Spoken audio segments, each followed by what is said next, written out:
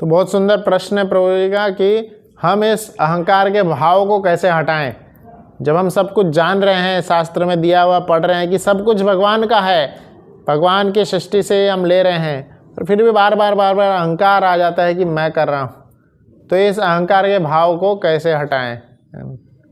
तो जैसे वो कारपेंटर का मैंने स्टोरी बताया, तो कारपेंटर की स्टोरी में क्या था कि उस कारपेंटर ने ज़मींदार से सब कुछ सामान लिया, सारा सामान ज़मींदार से लिया, बनाया, सारा सामग्री, डिज़ाइन सब कुछ उनसे लिए, और फिर जब वापस करने की बारी आई तो किस चीज़ से वो वापस नहीं किया, क्यों वापस नहीं किया सामान? उससे आकर्षित हो गया, वो उससे आकर्षित हो गया, उसके अंदर क्या आ गया? लोभ आ गया, वासना आ गया उस चीज़ के प्रति।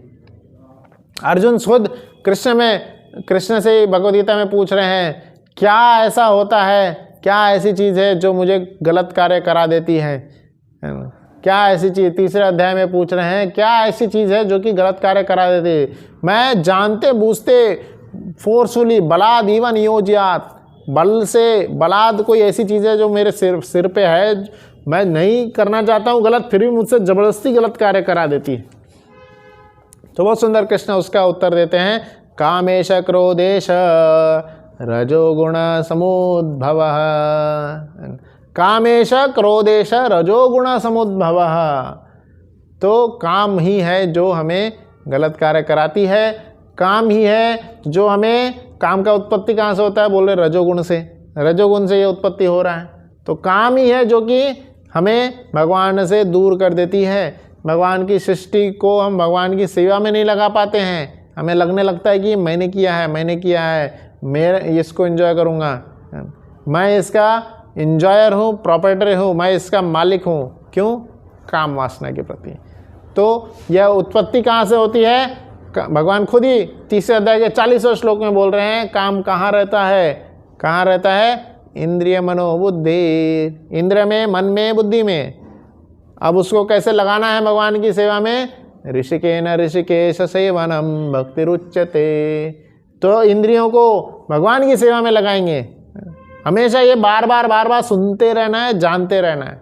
एक बार एक व्यक्ति थे, शिष्य थे, प्रभुपाद जी से पूछे, मुझे आपको दंडवत करने की इच्छा नहीं हो रही है, क्यों करूँ दंडवत? तो प्रभुपाद जी बोले, बार बार करते रहो, इच्छा बाद में आ जाएगी। एक बार जो बच्चा होता है उसको पहले रूल्स सिखाए जाते हैं, साधना भक्ति पहले होती है, पहले ही इच्छा नहीं आएगी, क्योंकि पहले हम अहंकार से भरे हुए होते हैं। तो इसलिए रूल्स होते हैं। हमें भगवान को सरेंडर करने की भाव नहीं आ रही है, हमारे अंदर ईगो आते आ रहा है। तो हमें क्या करना है? पहले साधना भक्ति करनी है, नियम से हमें जानना है। बार बार हर जगह लिख देना चाहिए, यह सब भगवान की संपत्ति है, सब कुछ। आप इवन बाहर जाएंगे रोड पे ना, सब जगह लिखा रहता है, ट्रेसपासर्स विल बी प्रोसिक्यूटेड। कोई भी अगर मेरी संपत्ति में आएगा तो उसके ऊपर कोर्ट केस कर देंगे। तो बाहर के दुनिया में छोटे छोटे चिंदी लोगों को हम देख रहे हैं कि वो अपने प्रॉपर्टी को इतना मना के रखते हैं, मेरी प्रॉपर्टी में कोई नहीं आना चाहिए। पूरी की पूरी कृष्ण की प्रॉपर्टी है, कृष्ण की प्रॉपर्टी में हम सब घुस करके उनको परेशान कर रहे हैं। वैसे कृष्ण को कुछ नहीं फर्क पड़ रहा, त्रिपाद विभूति में है, तीसरे उतना उधर एंजॉय कर रहे हैं। हमारे लिए, हमारे खुद के प्यूरिफिकेशन के लिए तो बार बार यह हमें सुनना होगा, जानना होगा कि हम यहाँ पे एक विजिटर हैं, हम यहाँ पे एक विजिटर हैं। हम जैसे ही यहाँ पे अपने कार्य कर लेंगे, हमें वापस अपने गंतव्य स्थल जाना है।